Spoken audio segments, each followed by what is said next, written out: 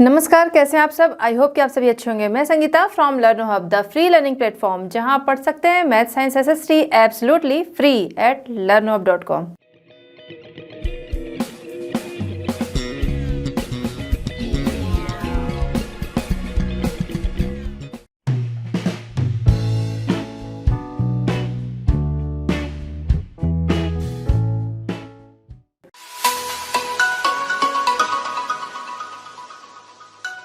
चलिए बच्चों, स्टार्ट करते हैं हमारा आज का chapter. Question number 1, you read that one of the main functions of the judiciary is upholding the law and enforcing fundamental rights. Why do you think an independent judiciary is necessary to carry out this important function? ठीक है, judiciary का important function क्या कि upholding the law, कानून को बनाए रखना, साथ ही साथ फंडामेंटल राइट्स जो हैं उनको इन्फोर्स करना, उनको लागू करना, ये दोनों क्या है जुडिशरी के मेन फंक्शन है।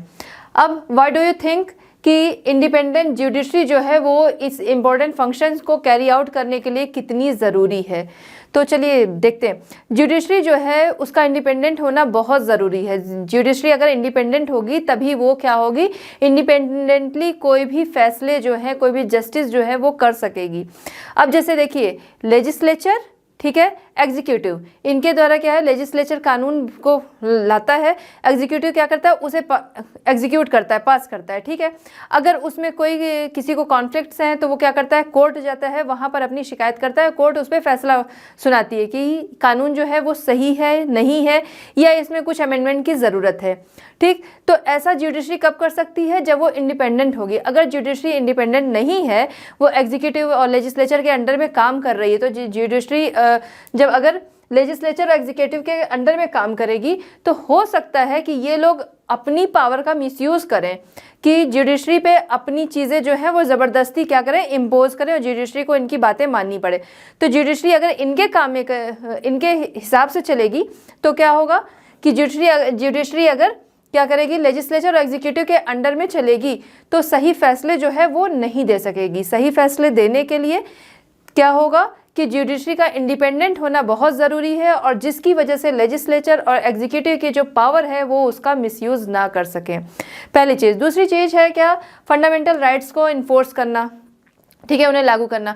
अब देखिए, जुडिशरी अगर इंडिपेंडेंट रहेगी तभी फंडामेंटल राइट्स क्या है, वो सभी के लिए हैं। ठीक, इंडिया के सभी सिटीजन जो हैं उन्हें फंडामेंटल राइट्स जो हैं सबके लिए हैं, सबके लिए वो बराबर हैं। ठीक है, चाहे वो किसी भी कास्ट, रिलीजन या किसी भी पोस्ट कहीं से भी आता हो, सबके लिए वो बराबर हैं।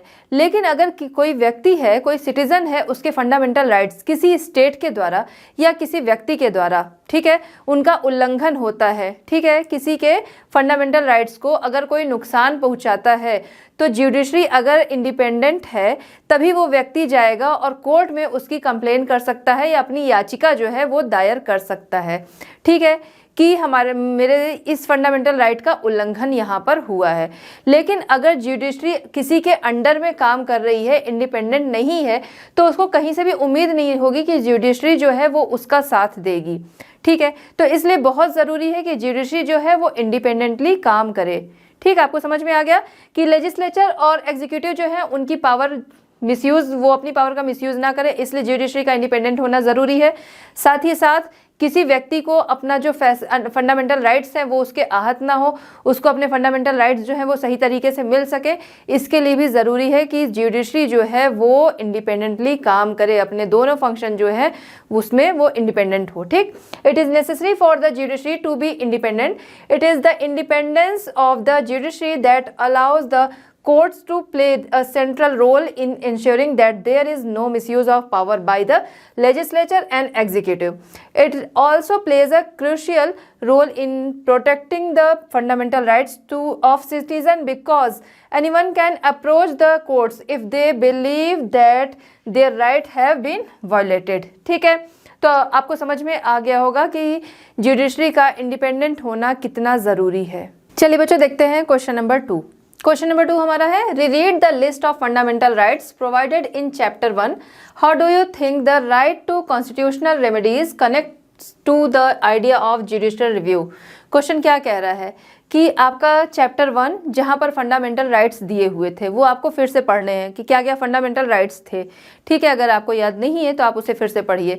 उसमें एक फंडामेंटल राइट क्या था, कॉन्स्टिट्यूशनल रेमेडीज़। ठीक है, तो यहाँ पर यही कहा जा रहा है कि कॉन्स्टिट्यूशनल रेमेडीज़ जो ये आपका फंडामेंटल राइट था, ये आइडिया ऑफ जुडिशियल रिव्यू से किस तरह से कनेक्ट है। ठीक है, ये इससे किस तरह से कनेक्ट है ये आपको बताना है।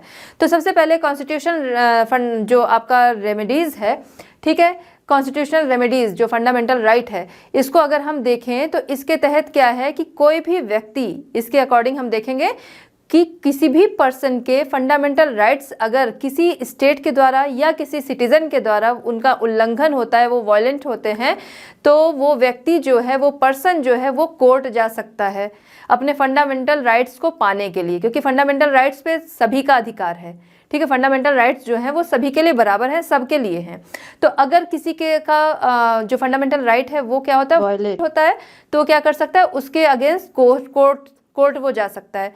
ठीक, अब हम बात करते हैं idea of judicial review. Idea of judicial review अगर हम देखें तो जो भी कानून बनते हैं, ठीक है, जो भी कानून बनते हैं, अगर जो भी कानून पास होते हैं, जुडिशरी को अगर लगता है कि ये कानून सही नहीं है तो जुडिशरी क्या कर सकती है, उसे कैंसिल कर सकती है। जुडिशरी के पास पूरी पावर होती है कि जो भी कानून जो हैं एग्जीक्यूट होते हैं, जो भी लॉ एग्जीक्यूट होते हैं, अगर वो सही नहीं हैं, ठीक, तो जुडिशरी उसे क्या कर सकती है, कैंसिल कर सकती है। ठीक है, तो यानी कि ये किसके अंतर्गत आ रहा है, कॉन्स्टिट्यूशनल रेमेडीज़ के ही अंतर्गत आ रहा है कि इसमें क्या है, सुधार के लिए गुंजाइश रखी गई है। ठीक है, कि जो चीज़ें लोगों के लिए सही नहीं है उसमें सुधार किया जाए। तो इस तरीके से ये दोनों क्या है, एक दूसरे से कनेक्ट हैं। किसी के साथ गलत हो रहा है, फंडामेंटल राइट्स जो है उसका उल्लंघन हो रहा है, उसको पाने के लिए वो कोर्ट जा सकता है। यहाँ पर गलत कानून बन रहे हैं तो जुडिशरी क्या कर सकती है, उसे कैंसिल कर सकती है। ये किसके अंतर्गत आता है, कॉन्स्टिट्यूशनल रेमेडीज़ के ही अंतर्गत आता है। ठीक है, तो इस तरीके से ये दोनों क्या है, एक दूसरे से कनेक्टेड हैं। आई होप कि आपको समझ में आ गया होगा।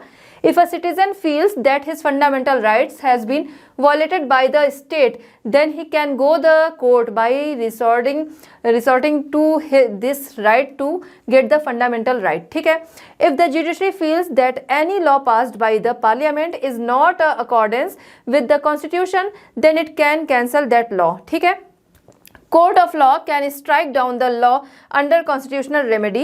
Hence, it can be said that the right to constitutional remedies is linked to judicial review. ठीक है, तो आई होप कि ये आंसर जो है आपको क्लियर हो गया होगा। चलिए बच्चों देखते हैं क्वेश्चन नंबर 3। क्वेश्चन नंबर 3 हमारा है, in the following illustration fill in each tier with the judgment given by the various courts in the Shubha Goyal case, check your responses with others in the class. Question क्या कह रहा है, आपके सामने ये picture दिया गया है। ठीक है, कोर्ट के तीनों लेवल दिखाए गए हैं।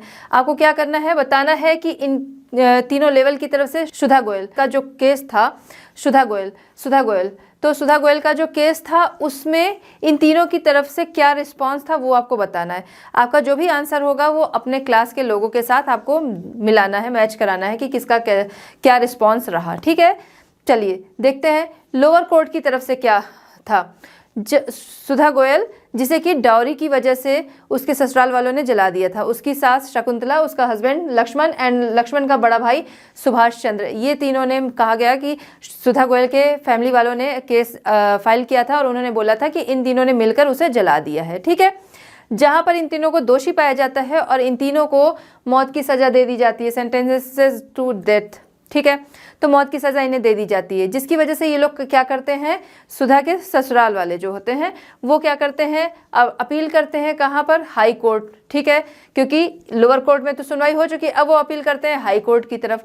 तो हाई कोर्ट में जब जाते हैं तो वहाँ पर क्या होता है, इनके खिलाफ, ठीक है, जो सुधा गोयल के ससुराल वाले थे वहाँ पर कोई जो एविडेंस होते हैं वो नहीं मिलते हैं, जिसकी वजह से क्या किया जाता है, तीनों को ही बरी कर दिया जाता है। ठीक है, तीनों को छोड़ दिया जाता है। फिर इसके बाद सुधा गोयल वाले जो होते हैं, सुधा गोयल की फैमिली वाले जो होते हैं वो क्या करते हैं, वो जाते हैं सुप्रीम कोर्ट, क्योंकि जो हाई कोर्ट की सुनवाई थी उससे वो सेटिस्फाइड नहीं थे, वो जाते हैं सुप्रीम कोर्ट। जब सुप्रीम कोर्ट जाते हैं वहाँ पर क्या होता है, वहाँ पर फिर सुनवाई होती है और वहाँ पर जो सुधा गोयल का हस्बैंड था लक्ष्मण और शकुंतला सास, इन दोनों को क्या किया जाता है, इन दोनों को आजीवन कारावास दे दिया जाता है, मतलब ये कि ये लोग जेल में ही रहेंगे, ठीक है। और जो उसका जेठ था उसके लिए सफिशिएंट एविडेंस नहीं मिलते हैं, जिसकी वजह से उसे छोड़ दिया जाता है, ठीक है। तो ये पूरी कहानी थी जो कि आपको यहाँ पर बताना है कि किस कोर्ट में क्या कैसे हुआ था, और अपने जो फ्रेंड्स होंगे, आपके जो क्लासमेट होंगे उनके साथ आपको मैच कराना है, ठीक है। लोअर कोर्ट, ट्रायल कोर्ट जो था, Lakshman, his mother Shakuntala and his brother Subhash Chandra, all 3 sentences to death. High court, Lakshman, Shakuntala and Subhash Chandra acquitted all 3, ठीक है, तीनों को बरी कर दिया गया था यहाँ पर।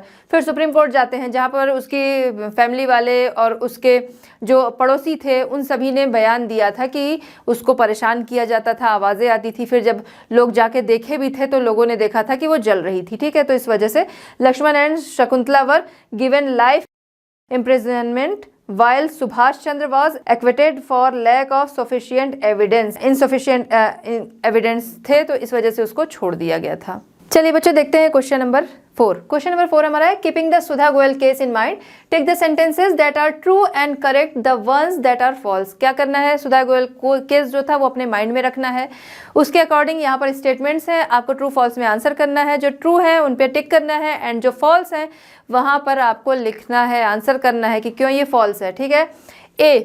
ए है यहाँ पर, the accused took the case to the high court because they were unhappy with the decision to the trial court. वो क्या करे, वो लोग केस को कहाँ ले गए, हाई कोर्ट ले गए, क्योंकि वो ट्रायल कोर्ट से अनहैप्पी थे। तो ये क्या है, ट्रू या फॉल्स? ये ट्रू है, क्योंकि पहले ट्रायल कोर्ट गए थे, वहाँ से अनहैप्पी थे, तो वहाँ फिर उसके बाद हाई कोर्ट गए, ठीक है। तो ये क्या है, ये ट्रू है। नेक्स्ट है B, they went to the high court after the supreme court had given its decision, ठीक है। सुप्रीम कोर्ट ने जब डिसीजन दिया उसके बाद वो कहाँ गए, हाई कोर्ट गए। तो ये क्या है, ये फॉल्स है। हाई कोर्ट कब जाते हैं, जब अनहैप्पी होते हैं किसके, ट्रायल कोर्ट के डिसीजन से, तब जाते हैं हाई कोर्ट, ना कि सुप्रीम कोर्ट, क्योंकि सुप्रीम कोर्ट तो उसके बाद आता है, ठीक है। तो फॉल्स है, they went to the high court after the decision of the trial court, not supreme court, after the decision of trial court, उसके बाद वो गए हाई कोर्ट। नेक्स्ट है सी है, if they do not like the supreme court verdict the accused can go back again to the trial court, ठीक है। जो verdict है वो सुप्रीम कोर्ट के फैसले से अगर खुश नहीं होता है तो वो क्या करता है, वो ट्रायल कोर्ट जाता है, ठीक है। सुप्रीम कोर्ट से खुश नहीं होता है वर्डिक्ट, तो उसके बाद क्या करता है, वो जाता है ट्रायल कोर्ट। तो ये क्या है, ये फॉल्स है। क्यों, क्योंकि सुप्रीम कोर्ट ही लास्ट होता है, ठीक है। The supreme court is the highest court in the country, after its decision can not go to the lower court या ट्रायल कोर्ट, ठीक है। तो जब सुप्रीम कोर्ट का फैसला आ जाता है उसके बाद निचली अदालत या ट्रायल कोर्ट या लोअर कोर्ट जो है वहाँ पर नहीं जा सकते हैं। तो बच्चों इस तरह हमारा ये चैप्टर होता है कंप्लीट। मिलते हैं नेक्स्ट चैप्टर नेक्स्ट सॉल्यूशंस के साथ at Learno hub. Learno hub free है पर बेस्ट है।